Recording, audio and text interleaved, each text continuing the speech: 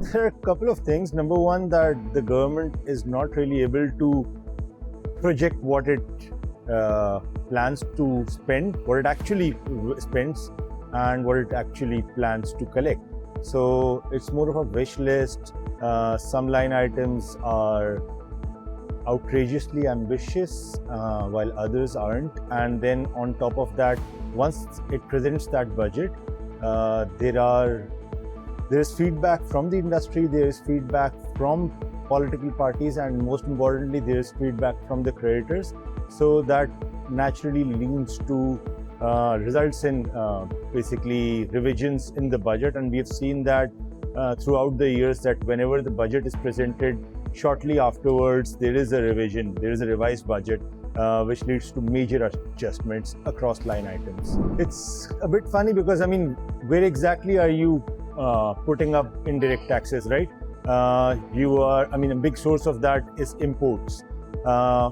So that essentially means if the indirect taxes are growing, the government is not really projecting the demand for imports of relevant categories, relevant goods correctly. And that is essentially the problem. And yeah, I think over the last 10 years, 5 to 10 years, it has become quite clear that development spending is not really Pakistan on the priority radar, right?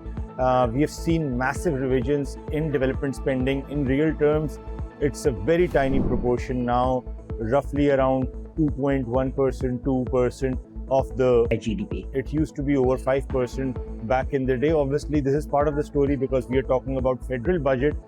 Provinces continue to spend on development, but that is more education and health. Federation was traditionally responsible for infrastructure, and we have seen a massive decline.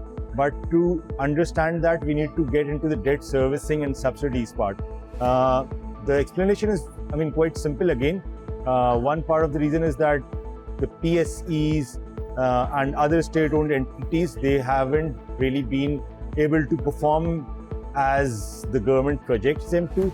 That leads to more demand for fiscal space, and which leads to more subsidies, whether it is electricity. Obviously energy is generally the biggest problem.